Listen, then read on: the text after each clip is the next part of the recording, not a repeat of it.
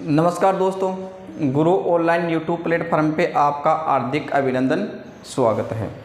दोस्तों, अपना DC generator का टॉपिक चल रहा था जिसमें भाग 1 हो गया, जो आपका डीसी जनरेटर का इंट्रोडक्शन हो गया। आज भाग 2 के अंदर बात करेंगे अपने क्या कि डीसी जनरेटर के भागों के बारे में, कितने इसमें भाग होते हैं और भाग में उनके कार्य के बारे में आज अपने चर्चा करेंगे। डीसी जनरेटर के भाग एवं कार्य आज अपना टॉपिक है, क्लास नंबर 2।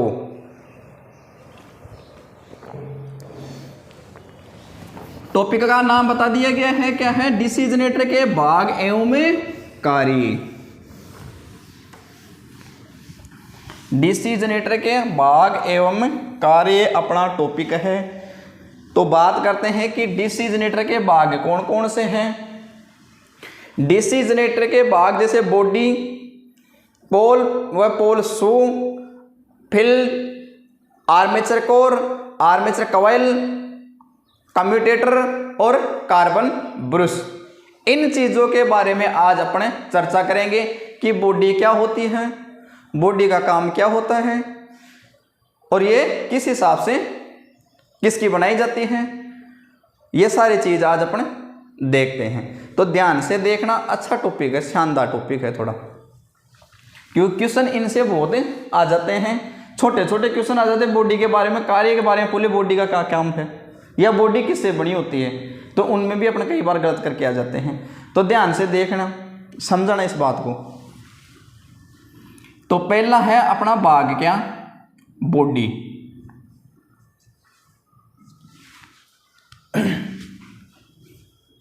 या योक या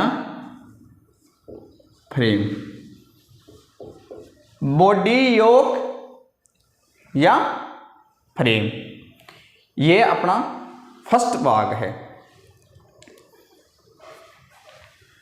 जो बॉडी, योक, फ्रेम, ये तीनों एक ही नाम है। बॉडी के फ्रेम भी बोला जा सकता है, योक भी बोला जा सकता है। योक इंग्लिश में नाम हो गया, बॉडी इसका हिंदी में नाम हो गया। बात करते हैं कि करता क्या है ये, बॉडी का काम क्या है। तो बॉडी एक तो फील्ड पोलों को यांत्रिक आधार प्रदान करता है। क्या? जो फील्ड पोल हैं आपके, उनको यांत्रिक आधार प्रदान करता है। कौन? बॉडी। कि फील्ड पोल स्थापित कहाँ करोगे? बॉडी के ऊपर तो करोगे, तो फील्ड पोलों को आधार प्रदान करती है कौन? आपकी बॉडी।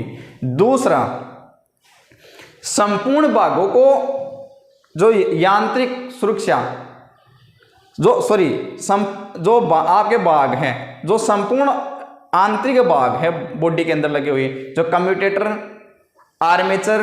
आर्मेचर कॉइल, ब्रश, इनको बाहरी सुरक्षा कौन प्रदान करती है? बॉडी। बाहरी सुरक्षा कैसे?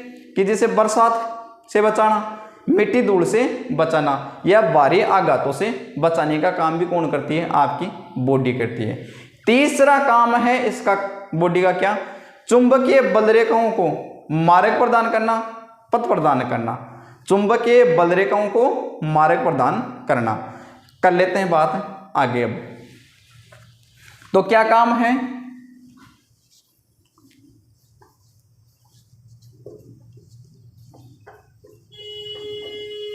फील्ड पोलों को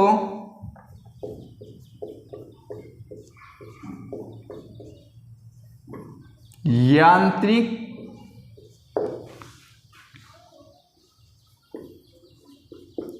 आधार प्रदान करना। ठीक है। दूसरा है क्या कि फील्ड, जो चुंबकीय बल रेखाओं को पूर्ण मार्ग प्रदान करना। किस हिसाब से? एक बात ध्यान रखना, कोई भी आपकी मोटर है या कोई भी मशीन है, चाहे वो एसी की ही चाहे वो डीसी की क्यों ना हो, उनके लिए एक दो पोलों की जरूरत पड़ती है। कम से कम कोई भी मशीन हो, चाहे वो एसी की हो चाहे वो डीसी की हो, दो पोलों की कम से कम आपको 2 पोल लेने होते हैं। क्या? 2 पोल लेने होते हैं। और पोल किस लिए लिए जाते हैं? फील्ड मैग्नेट प्राप्त करने के लिए आप पोल काम में लेते हो। तो फील्ड मैग्नेट प्राप्त करते हो चुंबकीय बल रेखा उत्पन्न होगी कि नहीं होगी। तो इन चुंबकीय बल रेखाओं को पूर्ण मार्ग प्राप्त करने के लिए या पूर्ण मार्ग प्रदान करने के लिए बॉडी का काम होता है, वो किस हिसाब से होता है देखना। ये आपका एन पोल है और ये मेरे साथियों एस पोल है। इन एन पोल व एस पोल पे वाइंडिंग करने के बाद में इन दोनों का कहीं ना कहीं एक दूसरे से लिंक है, जुड़ेंगे। तो जुड़ेंगे किससे? चुंबकीय बल रेखाओं से तो जुड़ेंगे। तो इनमें चलती है क्या चुंबकीय बल रेखा, वो भी दो तरह की। एक तो बाहर से चुंबकीय बल रेखा निकलती है और यहाँ के पूरी होती है, यहाँ जुड़ती है आके, ठीक है। और एक एन से एस से एन की ओर आती है। तो इन चुंबकीय बल रेखाओं को मार्ग प्रदान करने के लिए आपकी बॉडी सहायक होती है। क्या? चुंबकीय बल रेखाओं को मार्ग प्रदान करने का काम भी किसका है? आपका बॉडी का है। अब सुनना ध्यान से बात को, जो बाह्य चुंबकीय बल रेखा है जो एन से एस की ओर जा रही है, ध्यान रखना, बाहरी चुंबकीय बल रेखा की दिशा अगर पूछ ली जाए, कई बार क्वेश्चन आ जाते हैं कि डीसी मशीन में बाह्य चुंबकीय बल रेखाओं की दिशा होती है, तो एन से एस की ओर, एन से एस की ओर। कई बार क्वेश्चन आ जाता है कि डीसी मशीन में आंतरिक चुंबकीय बल रेखाओं की दिशा होती है। आंतरिक की बात की जाए तो आपकी होती है एस से एन की ओर। ये दो चीज भी आप एक्स्ट्रा में ध्यान रखना है कि बाह्य चुंबकीय बल रेखाओं की दिशा, देखो ये बाहर से जो चुंबकीय बल रेखा निकल रही है इसकी दिशा क्या है? एन से एस की ओर। और यहां से वापस जो चुंबकीय बल रेखा निकल रही है ये एस से एन की ओर है। ये दो चीज आपको ध्यान में हमेशा रखनी है, कई बार क्वेश्चन आ जाता है। तो दूसरा काम क्या है इसका बॉडी का? कि चुंबकीय बल रेखाओं को पूर्ण मार्ग प्रदान करना। दूसरा काम है इसका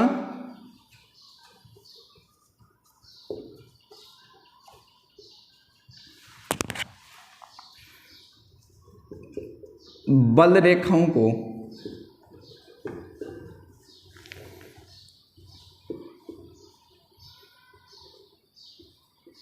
पूर्ण मार्ग या पथ प्रदान करना।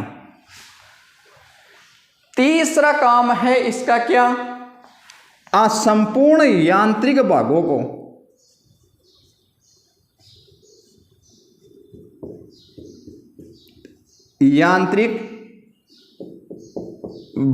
को सुरक्षा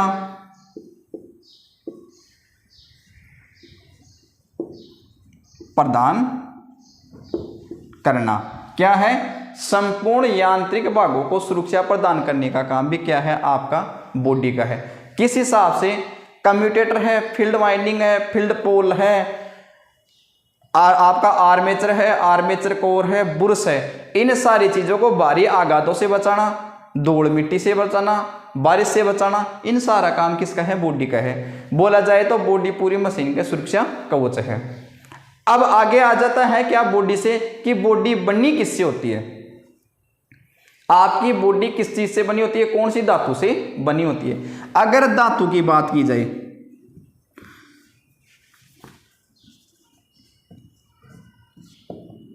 धातु की अगर बात की जाए तो यहां से भी दो क्वेश्चन आते हैं। बड़ी मशीन की बॉडी किससे बनी होती है और छोटी मशीन की बॉडी किससे बनी होती है? ये दो क्वेश्चन आपके कई बार आए हुए हैं। लाइनमैन 2018 के अंदर टेक्निकल हेल्पर राजस्थान के अंदर 2 बार ये जो वैकेंसी लगी थी इसके अंदर कई बार ये क्वेश्चन पूछा गया था। तो जो छोटी मशीन है,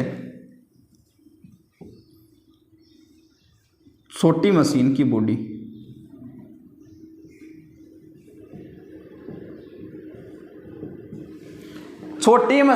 बॉडी कास्ट आयरन से बनी होती है। किससे? कास्ट आयरन से।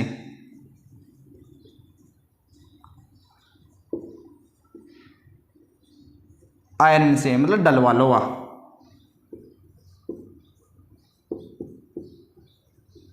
ठीक है भाई।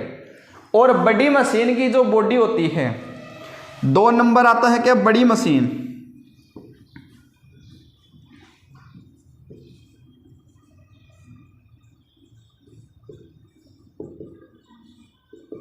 बड़ी मशीन की बॉडी किससे बनी होती है, कास्ट स्टील से।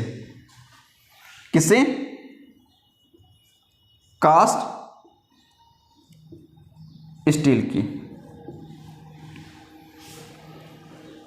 क्लियर, दोबारा सुनना। बॉडी का कार्य फील्ड पोलो को यांत्रिक आधार प्रदान करवाना। दूसरा, चुंबकीय बल रेखाओं को पूर्ण मार्ग या पूर्ण पथ प्रदान करना। तीसरा, संपूर्ण यांत्रिक भागों को सुरक्षा प्रदान करना। चौथी बात पूछी जाए तो इसकी धातु से पूछी जाएगी। और क्या पूछ ले, बड़ी मशीन और छोटी मशीन की चर्चा की जाए तो छोटी मशीन की जो बॉडी बनी होती है वो कास्ट आयरन से या डलवा लोहा लिखा हुआ भी आ सकता है। कास्ट आयरन को हिंदी में डलवा लोहा बोला जाता है। बड़ी मशीन है आपकी, उसकी बॉडी कास्ट स्टील से बनाई जाती है। अब आ जाओ आगे नंबर 2 पे, एक बार इसका स्क्रीनशॉट ले लीजिए।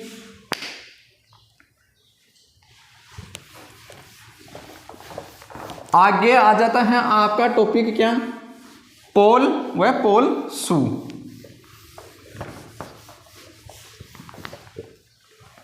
दो नंबर टॉपिक है आपका क्या, पोल व पोल शू। पोल व पोल शू, ध्यान से सुनना, अच्छी चीज है। पोलो का काम क्या है, अभी थोड़ी देर पहले मैंने बताया था कि बॉडी पोलो को, फील्ड पोलो को यांत्रिक आधार प्रदान करता है। फील्ड पोलो का काम क्या बताया था अभी, कि फील्ड पोलो का काम क्या होता है, फील्ड मैग्नेट उत्पन्न करना या फील्ड मैग्नेट प्राप्त करने के लिए। तो यहां से देखना,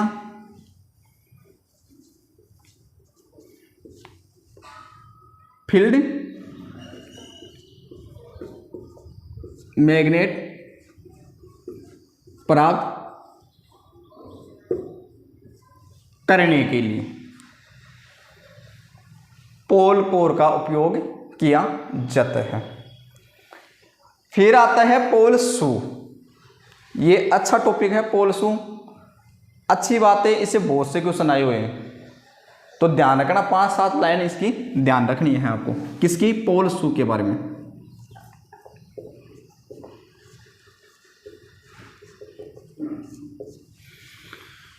पोल शू क्या करता है आपका, एक तो जो वायु अंतराल को कम करने का कार्य किसका है, मशीन के अंदर वायु अंतराल को भी कम करता है। एक वायु अंतराल के अंदर समान फ्लक्स वितरण करता है। एक फील्ड पोलो में उत्पन्न फ्लक्स को बढ़ाता है। एक फील्ड वाइंडिंग को आधार प्रदान करता है या सुरक्षा प्रदान करता है, सपोर्ट करता है। 3 काम है इसके, शानदार काम है। चौथा काम है कि बड़े अनुप्रस्थ कार्य क्षेत्र वाले चुंबकीय पथ है उसका प्रतिष्ठम को कम करता है। चौथा काम क्या है, ये प्रतिष्ठम को कम भी करता है। प्रतिष्ठम जो चुंबकीय बल रेखाओं का फ्लक्स का विरोध करता है। जैसे धारा के अंदर बाधा उत्पन्न करने वाले के प्रतिरोध कहते हैं, तो चुंबकीय बल रेखाओं का या फ्लक्स का विरोध करने वाले को आप क्या बोलोगे, प्रतिष्ठम। एयर गैप ज्यादा होने के कारण प्रतिष्ठम का मान भी वहां ज्यादा हो जाता है। क्यों, क्योंकि जो आपकी एयर होती है उसका प्रतिष्ठम का मान लोहे से ज्यादा होता है। एयर गैप अधिक होने के कारण प्रतिष्ठम का मान भी आपका अधिक होता है। क्यों, क्योंकि एयर का जो वायु का जो प्रतिष्ठम है वो आयरन से अधिक है, लोहे से अधिक होता है। इसलिए पोलो को ऊपर जो पोल शू है इनका आकार थोड़ा बढ़ा दिया जाता है ताकि एयर गैप आपका कम हो सके। 2 पोलो के बीच में एयर गैप आपका कम हो सके। किस हिसाब से समझना इस बात को, एयर गैप देखो, एक पोल आपका ये है, एक पोल आपने ये किया है, और एक पोल मेरे साथियों ये हो गया, और ये 4 पोलों का, ये आपका N है, ये आपका S है, ये आपका N हो गया और ये आपका S हो गया।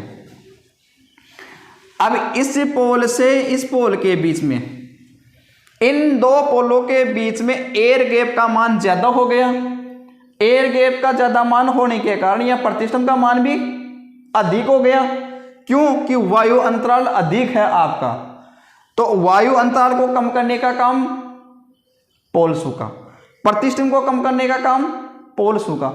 कैसे? कि वायु अंतराल अगर कम हो गया तो प्रतिष्ठम का मान आपका कम हो गया। क्यों? कि जो वायु का, हवा का प्रतिष्ठम है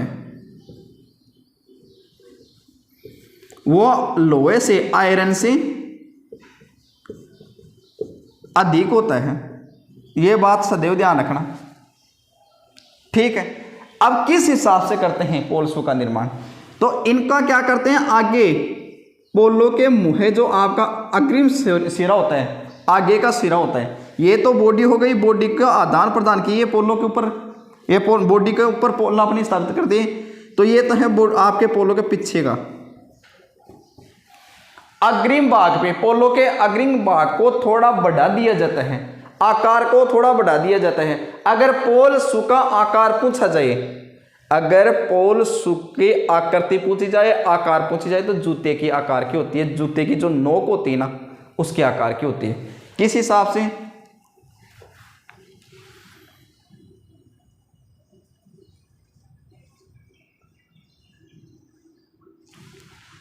इस हिसाब से आपके एयर गैप का मान कम कर दिया जाता है।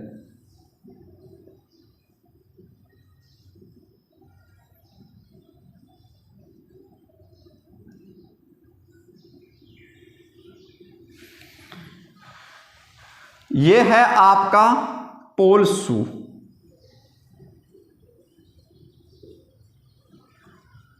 और यह है पोल, ठीक है। अब देखो, एयर गैप का मान कम होने के कारण प्रतिष्ठम का मान भी कम हो गया। प्रतिष्ठम का मान कम हो गया तो आपके फ्लक्स के अंदर बढ़ोतरी भी हो गई, और यहां जो वाइंडिंग करते हैं हम फीड पोलों के ऊपर, उनको उखड़ने से बाहर न निकले, पोलों से एक जगह सेपरेट टिकी रहे, तो इसलिए एक ढक्कन के रूप में भी काम करता है।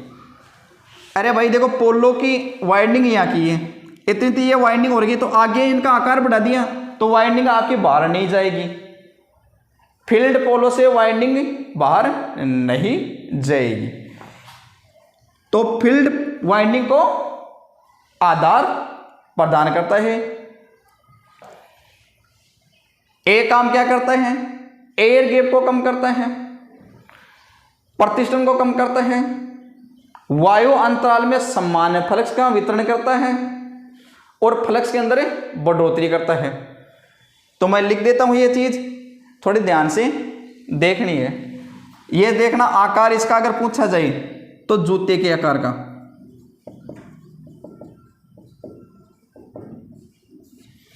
जूते के आकार का।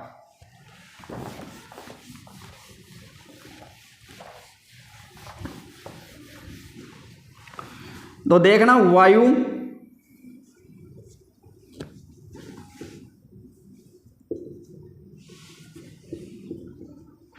अंतराल में समान फ्लक्स का वितरण करना, ठीक है। दूसरा काम क्या है इसका, एयर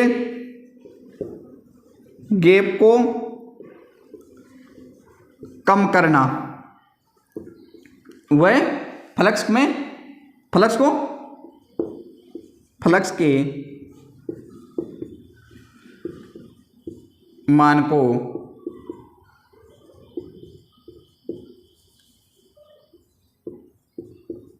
बढ़ाना, फ्लक्स के मान को बढ़ाना। अगर तीसरी बात पूछी जाए प्रतिष्ठम को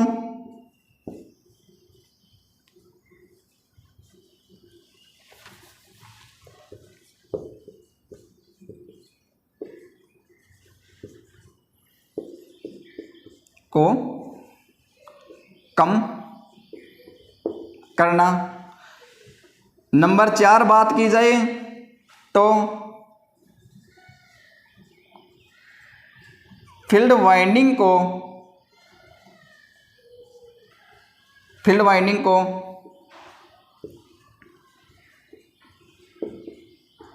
आधार प्रदान करना। दोबारा सुनना, पोल शू के बारे में करता क्या है, वायु अंतराल के अंदर समान फ्लक्स का वितरण करता है, एयर गैप को कम करना, वह फ्लक्स के मान को बढ़ाना,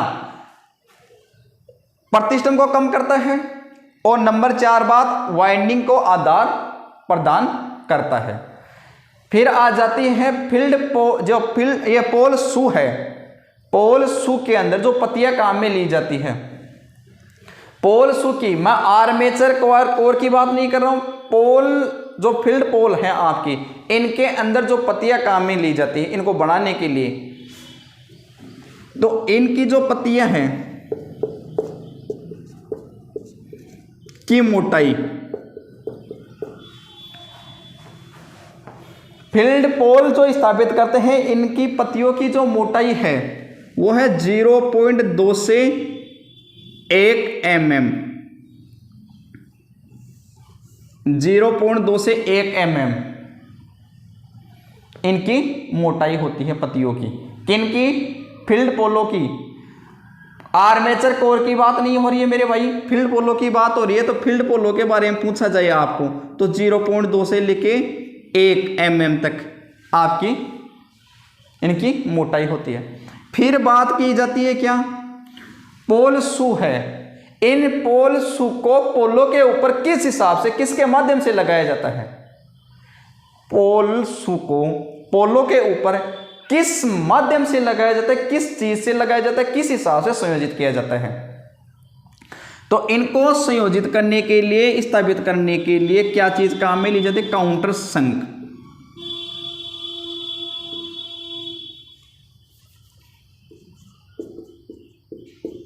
काउंटर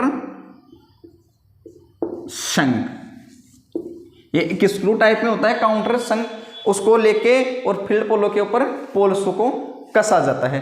कई बार क्वेश्चन आ जाता है फील्ड पोलो के ऊपर पोल शू को कसने के लिए किसका उपयोग किया जाता है, काउंटर शंक का।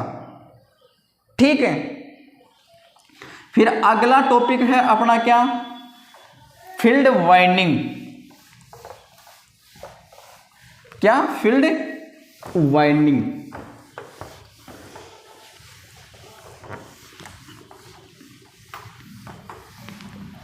तीन नंबर आ जाता क्या आपकी,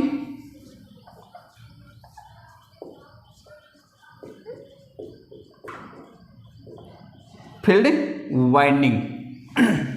ध्यान से देखना भाई, फील्ड वाइंडिंग कॉपर के तार की बनाई जाती है और ये 2 प्रकार की फील्ड वाइंडिंग होती है, अलग अलग होती है दोनों की बनावट, अलग अलग तार एक होता है लेकिन मोटाई को घटाना, मोटाई को कम करना, बढ़ाना और मोटाई को घटाना। कहने का मतलब मोटा तार व पतला तार, मोटा तार कम टर्न्स, पतला तार अधिक टर्न्स, अलग अलग तरीके की 2 वाइंडिंग आपकी स्थापित की जाती है। तो फील्ड वाइंडिंग किसकी बनाई जाती है, कॉपर की। कितने प्रकार की? 2। तो बात की जाए किसकी, कॉपर की। ठीक, कितने प्रकार की होती है, 2 प्रकार की। तो ध्यान से देखना कौन कौन सी। एक तो होती है मोटे तार,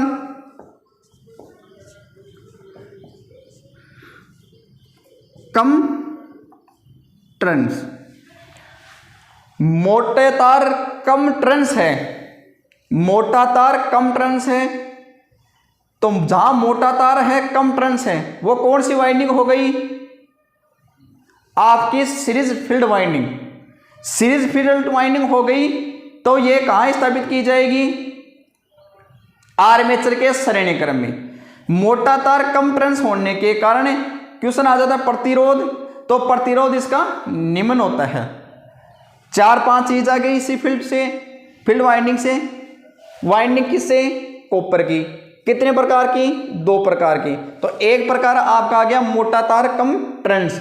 मोटा तार हो कम टर्न्स की वाइंडिंग हो वो होती है सदैव आपकी सीरीज फील्ड वाइंडिंग, और सीरीज फील्ड वाइंडिंग होने के कारण कहाँ लगाते हो? आर्मेचर के श्रेणी क्रम में। आर्मेचर के श्रेणी क्रम में तो लगाते हैं। तो आ गया फिर मोटा तार कम टर्न्स है। मोटा तार कम टर्न्स होने के कारण प्रतिरोध से भी क्वेश्चन आ जाते हैं, तो प्रतिरोध क्या होता है इसका? कम। मोटा तार कम टर्न्स कौन सी वाइंडिंग? नाम कौन सा है इसका? Series field winding. Series field winding है, लगाओगे कहां इसको? या इसको श्रेणी वाइंडिंग भी बोलते हैं। श्रेणी कहां लगाओगे? आर्मेचर के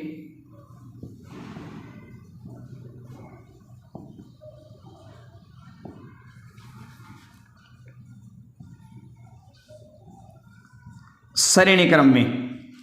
आर्मेचर के श्रेणी क्रम में। श्रेणी को सीरीज बोलते हैं, सीरीज को श्रेणी बोलते हैं, एक ही नाम है। कई बार ये भी आ जाता है आर्मेचर के सीरीज में, तो बिल्कुल सही बात है, आर्मेचर के सीरीज में सीरीज फील्ड वाइंडिंग लगाई जाती है। और प्रतिरोध, प्रतिरोध कम होता है, देखा जाता है लगभग 0.2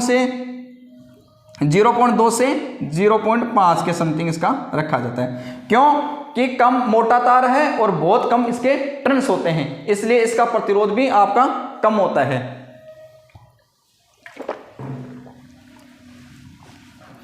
नंबर 2 वाइंडिंग आ गई आपकी पतला तार अधिक टर्न। पतला तार है अधिक टर्न है।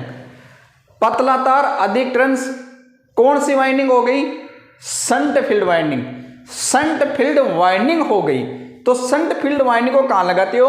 आर्मेचर के समांतर क्रम में। आर्मेचर के समांतर क्रम में लगाऊंगी। तो कहां लगाओगे? कौन सी वाइंडिंग होगी? Shunt field winding. कहां लगाओगे? आर्मेचर के समांतर क्रम में। अब बात करते हैं प्रतिरोध। प्रतिरोध अधिक लगभग 200 ओम के समथिंग। कितना? 200 ओम। ये चीज फील्ड वाइंडिंग के बारे में ध्यान रखना है। कई बार मात खा जाते हैं लोग कि फील्ड वाइंडिंग से क्वेश्चन आ जाते हैं और पूछ रहे थे फील्ड वाइंडिंग कितनी होती है। एक फील्ड वाइंडिंग आपकी 2 प्रकार की थी, एक पतले तार एक मोटे तार और कम टर्न्स की, और एक पतला तार अधिक टर्न्स की। जो मोटा तार की जो वाइंडिंग है उसको सीरीज फील्ड वाइंडिंग बोलते हैं। और कहां लगाते हैं? आर्मेचर के श्रेणी क्रम में। प्रतिरोध इसका कम होता है। पतला तार अधिक टर्न्स शंट फील्ड वाइंडिंग है, आर्मेचर के समांतर क्रम में है और अधिक प्रतिरोध है। क्यों? कि पतला तार है और अधिक उसके अंदर टर्न्स है। यहां तक की बात आपको समझ में आनी चाहिए।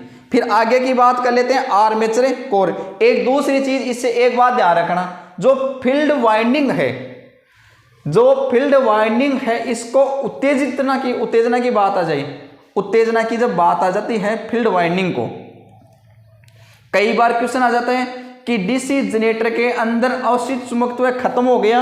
अवशिष्ट चुंबकत्व किसमें? फील्ड वाइंडिंग का अवशिष्ट चुंबकत्व की बात करते हैं। क्योंकि फील्ड के अंदर जब अवशिष्ट चुंबकत्व खत्म हो जाता है तो उसको किसी डीसी शंट जनरेटर के माध्यम से या बैटरी के माध्यम से एक उत्तेजित किया जाता है। तो उत्तेजित किससे किया जाता है इसको, जिसको एक्साइटर बोलते हैं, डीसी सप्लाई से उत्तेजित किया जाता है। किसको, फील्ड को डीसी सप्लाई से उत्तेजित किया जाता है। किस कारण से, क्योंकि आपके फील्ड के अंदर अवशिष्ट चुंबकत्व नहीं होने के कारण, आपके फील्ड के अंदर अवशिष्ट चुंबकत्व नहीं होगा तो आर्मेचर के अंदर उत्पन्न जो आपके अंदर आर्मेचर वाइंडिंग है उसके अंदर जो फ्लक्स उत्पन्न हुआ तो किसका छेदन करेगा, जब आपके फील्ड उत्तेजित नहीं है तो फील्ड को उत्तेजित करने के लिए, फील्ड के अंदर चुंबकीय एक स्वयं का वो चुंबकीय क्षेत्र उत्पन्न करने के लिए या चुंबकीय बलरेखाओं का छेदन करने के लिए फील्ड का उत्तेजित होना जरूरी है। तो उत्तेजित नहीं होगी तो आपका छेदन कहां से होगा, तो उसको उत्तेजित करने के लिए आप अवशिष्ट चुंबकत्व देते हो किसके माध्यम से, डीसी सप्लाई की द्वारा। तो ये क्वेश्चन भी कई बार आया हुआ है कि फील्ड को उत्तेजित करने के लिए कौन सी सप्लाई काम में ली जाती है, डीसी सप्लाई से उत्तेजित किया जाता है। और ये भी आया हुआ है कि डीसी मशीन के अंदर किसको उत्तेजित किया जाता है, एक्साइटेड किसे उत्तेजित किसे किया जाता है, या अवशिष्ट चुंबकत्व किसको दिया जाता है, किसको, फील्ड को। ठीक है, आगे आ जाता है कि आर्मेचर कोर। अगला टॉपिक है आपका आर्मेचर कोर का।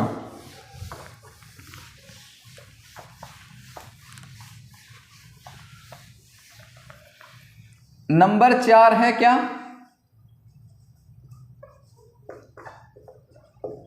Armature core. Armature core, armature coil अलग है, आर्मेचर कोर अलग है। अभी फिलहाल आर्मेचर कोर की बात कर रहे हैं। तो आर्मेचर कोर है, इसका काम आर्मेचर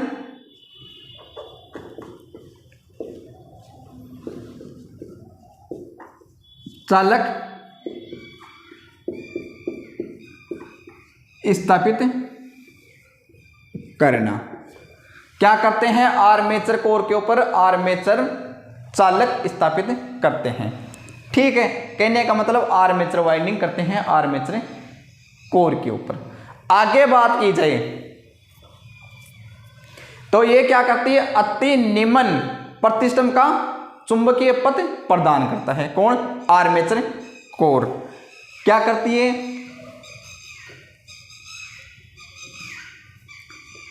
अति निम्न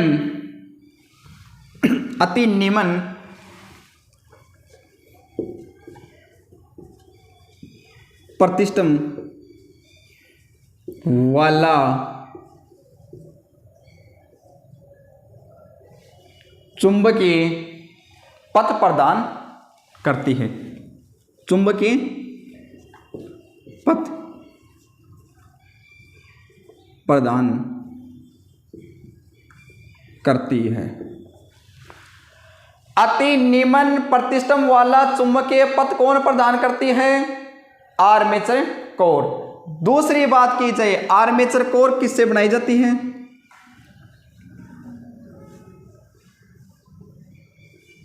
सिलिकॉन स्टील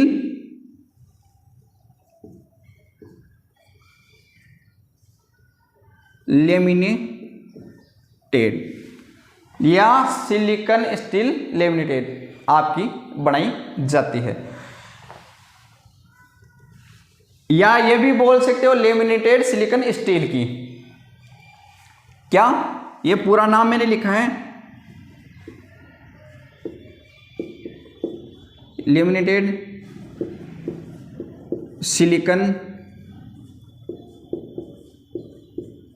स्टील। ठीक, अब इसको बनाने के लिए उद्देश्य क्या है इसका, सिलिकॉन का क्यों बनाया जाता है और लेमिनेट इसको क्यों किया जाता है। क्वेश्चन सुनना दोबारा से कि सिलिकॉन की मात्रा क्यों काम में ली जाती है और इसको लेमिनेटेड क्यों किया जाता है। दो अलग अलग हानियां होती है आपकी, एक तो हिस्टेरिसिस हानियां और एक आपकी एडी करंट हानियां। हिस्टेरिसिस हानियों को कम करने के लिए सिलिकॉन की मात्रा मिलाई जाती है और एडी करंट को कम करने के लिए आपकी एडी करंट हानियों को कम करने के लिए इसको लेमिनेटेड किया जाता है। तो सिलिकॉन के लिए क्यों,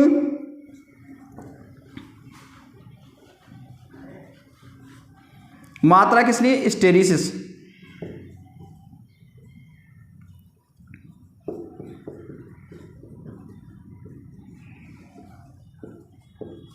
हानियों को कम करने के लिए। और नंबर 2 लेमिनेट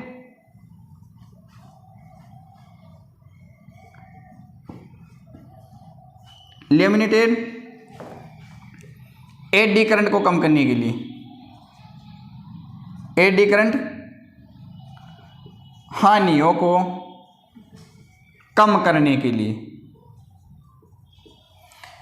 एडी करंट हानियों को कम करने के लिए। अब आ जाओ, दूसरा क्वेश्चन आएगा क्या आपका, इसके लेमिनेशन की मोटाई पूछी जाती है। किसकी, आर्मेचर कोर की जो लेमिनेशन की जो मोटाई होती है वो है, इसकी लेमिनेशन की जो मोटाई की जाती है वो है 0.35 से 0.5 mm लेमिनेशन की मोटाई। दोबारा सुनना आर्मेचर कोर के बारे में। आर्मेचर चालक स्थापित किया जाता है आर्मेचर कोर पे। यह करती क्या है, अति निम्न प्रतिष्ठम वाला चुंबकीय पथ प्रदान आपको करती है।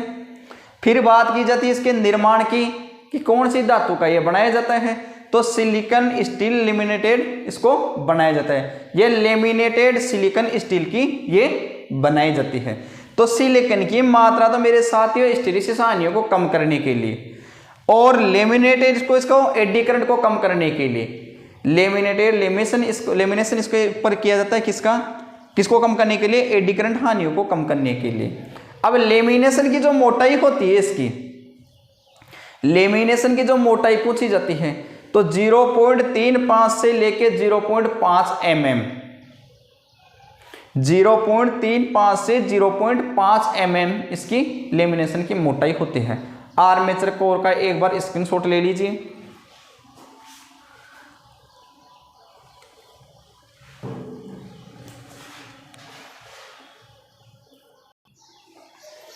हाँ भाई, अगला टॉपिक है अपना क्या, आर्मेचर कोर, एक कॉइल या आर्मेचर वाइंडिंग।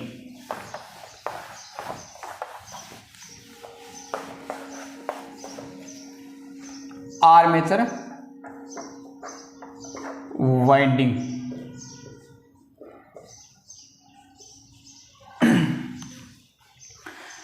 आर्मेचर कोर या आर्मेचर वाइंडिंग कॉइल।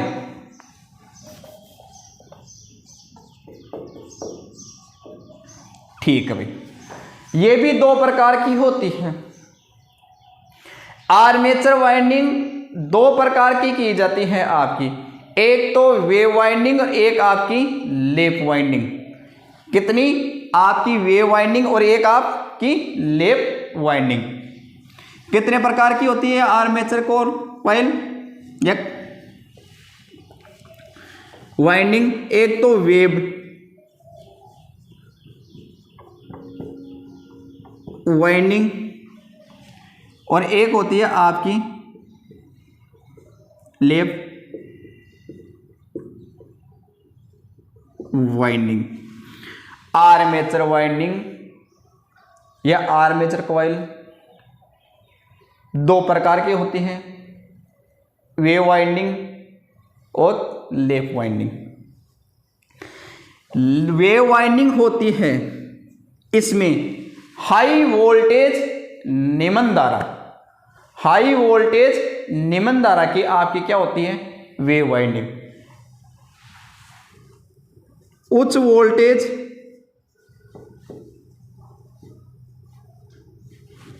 और धारा, निम्न धारा, कौन सी वाइंडिंग? Wave winding. अब देखना क्वेश्चन एक और, ये क्वेश्चन आ जाता है कि आर्मेचर कॉइल आपकी आर्मेचर वाइंडिंग कितने प्रकार की होती है? 2 प्रकार की। कौन कौन सी? एक वेव वाइंडिंग और एक लैप वाइंडिंग। क्वेश्चन आ जाता है कि आर्मेचर वाइंडिंग है वो वेव वाइंडिंग है, उसमें समांतर पातों की संख्या होगी। तो मेरे साथियों एक बात ध्यान रखना, वेव वाइंडिंग में समांतर पातों की संख्या होती है 2। इस कारण से आपका उच्च वोल्टेज निम्न धारा का फंक्शन होता है। उच्च वोल्टेज निम्न धारा होती है इसकी। और समांतर पातों से क्वेश्चन आ जाए, समानांतर पाथ 2। ठीक है, ये बात हमेशा ध्यान में रखनी है। क्या? वेव वाइंडिंग होती है जिसमें उच्च वोल्टेज निम्न धारा और समांतर पातों की संख्या आपकी 2। फिर बात करते हैं लैप वाइंडिंग। तो निम्न वोल्टेज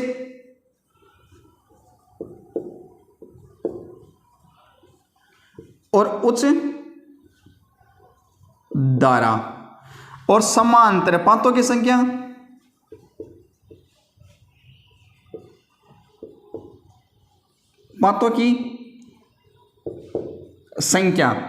पोलों के बराबर, P बराबर A। हमेशा ध्यान रखना ये 2 क्वेश्चन आपके समांतर पातों से पूछे जाते हैं, या तो लेप के बारे में पूछ ले। क्वेश्चन आ जाता है कि लेप वाइंडिंग में समांतर पातों की संख्या होती है पोलों की संख्या के बराबर। जितने आपके पोल होंगे, 4 पोल है तो 4 ही आपके समांतर पात होंगे। कौन सी वाइंडिंग में? लेप में। और वेव में, अगर वेव वाइंडिंग की बात की 4 पोल हैं तो आपके समांतर पातों की संख्या हमेशा 2 ही होगी। चाहे पोलों की संख्या 10 हो लेकिन समांतर पात 2 ही होंगे आपके। किसमें? वेव वाइंडिंग में। अगर लेप के अंदर 10 पोल हैं, 10 पोल तो A बराबर भी आपका 10 होगा। कौन सी वाइंडिंग में? वेव वाइंडिंग में, लेप वाइंडिंग में। ये बात आपको ध्यान में रखनी है। फिर आ जाता है वेव वाइंडिंग है, उसमें वोल्टेज का मान उच्च होगा, धारा का मान निम्न होगा।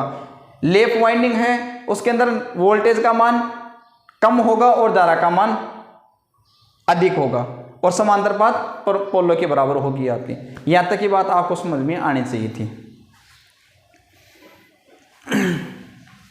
फिर अगला आ जाता है अपना क्या? कम्यूटेटर।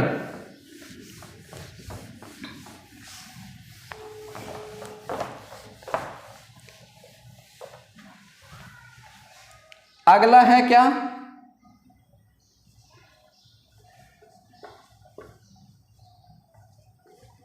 कम्यूटेटर।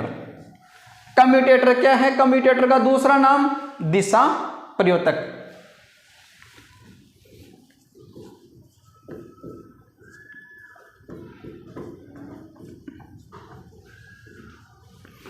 दिशा परिवर्तक इसका दूसरा नाम है। करता क्या है आपका कम्यूटेटर जनरेटर के अंदर? कि आर्मेचर के अंदर उत्पन्न धारा को इकट्ठा करना एक तो, और एक उसमें उत्पन्न एसी को डीसी में बदलने का काम भी कौन करता है? आपका कम्यूटेटर। तभी तो नाम पड़ गया दिशा परिवर्तक। धारा की दिशा को इसने बदली है। क्या करता है? आर्मेचर में या आर्मेचर से धारा को एकत्रित करना। दूसरा काम इसका एसी को डीसी में बदलना। ये चीज किसमें होती है? जनरेटर के अंदर। मोस्टली ध्यान रखना, हमेशा ध्यान रखना। एसी को डीसी में। अब आप कहोगे कि एसी क्यों? एक बात और ध्यान रखना, मोस्ट जो आपका जनरेटर है उसके आर्मेचर में,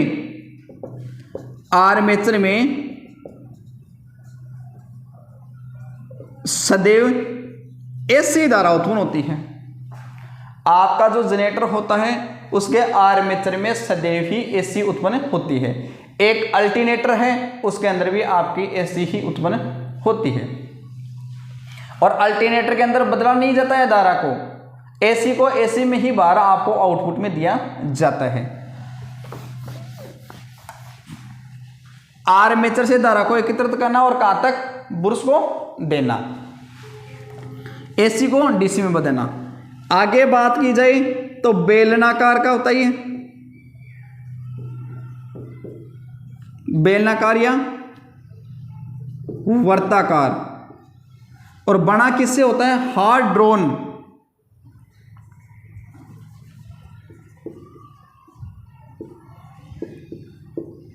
कॉपर का। हार्ड ड्रोन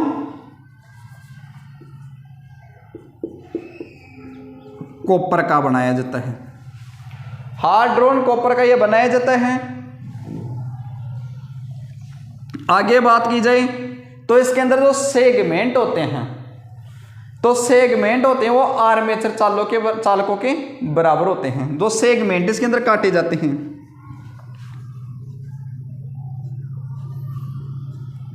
सेगमेंट आर्मेचर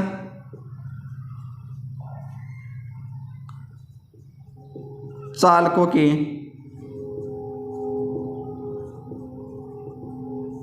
बराबर होते हैं। फिर पूछा जाता है कम्यूटेटर से क्या?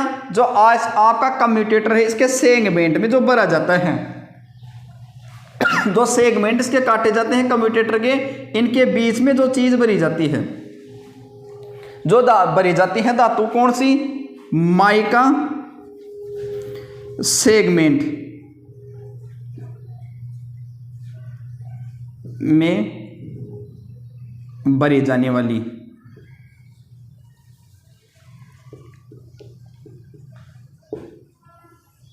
क्या चीज है? एक तो माइका या अब्रक, ये चीज इसके अंदर होती है आपके कम्यूटेटर में। एक बार इसका स्क्रीनशॉट ले लीजिए, उसके बाद में अपने बात करते हैं।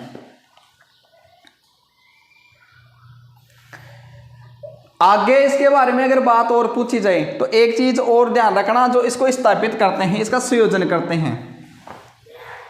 संयोजन से बात की जाए, या तो कॉपर लंग्स, यहां लिख देता हूं इसका संयोजन।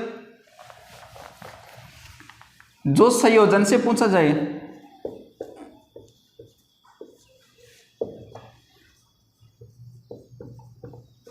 कॉपर लक्स काम में लिया जाता है, या फिर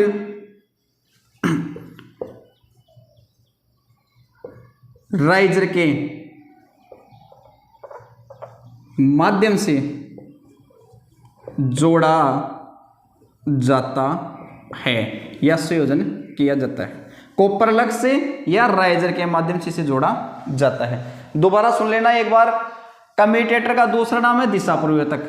करता क्या है? आर्मेचर से धारा को एकत्रित करने का, एसी को डीसी में बदलता है। कहां? जनरेटर की बात चलिए, जनरेटर की बात। जनरेटर के अंदर एसी को डीसी में बदलता है। बेलनाकार होता है या वर्ताकार होता है, हार्ड ड्रोन कॉपर का इसको बनाया जाता है। जो इसके सेगमेंट काटे जाते हैं, इन सेगमेंटों की संख्या आर्मेचर चालकों के बराबर होती है। दूसरी बात, सेगमेंट के अंदर जो भरी जाने वाली धातु के बारे में कई बार पूछ ले जाते हैं कि कम्यूटेटर के सेगमेंट में भरा जाता है माइका या आपका अब्रक। फिर उसके बाद में अगर पूछा जाए कि भाई आपका जो कम्यूटेटर है इसका संयोजन किस हिसाब से किया जाता है, इसके कनेक्शन किस हिसाब से किए जाते हैं, तो या तो आप कॉपर लंग्स के माध्यम से या फिर राइजर के माध्यम से इसको संयोजन कर लेते हो।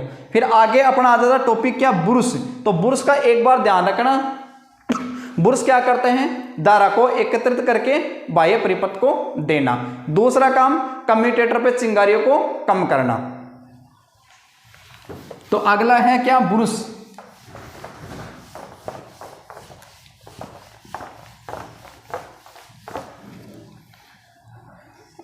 अगला है कार्बन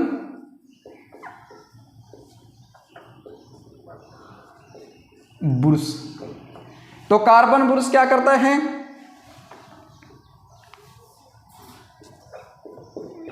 धारा को एकत्रित करके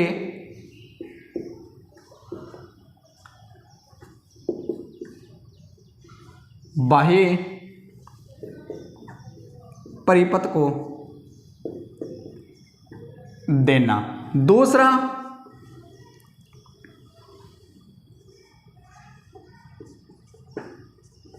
कम्यूटेटर पर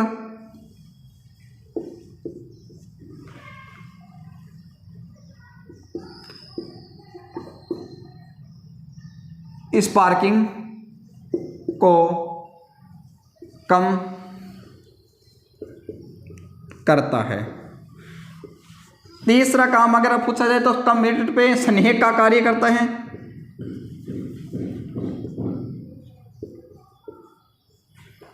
का कार्य, ठीक है। बनाया किससे जाता है, कार्बन। और अगर 1/3 भाग घिस जाने पर इसको बदलना चाहिए, या टोटल का 1/2/3 रह जाए, शेष भाग रह जाए,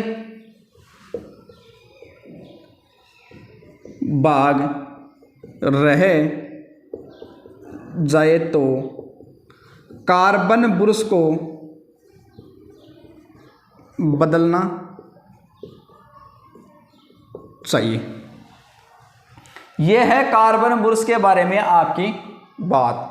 अब एक बात दोबारा सुनाइए कि धारा को एकीकृत करना और बाह्य परिपथ को प्रदान करना, बाह्य परिपथ को देना।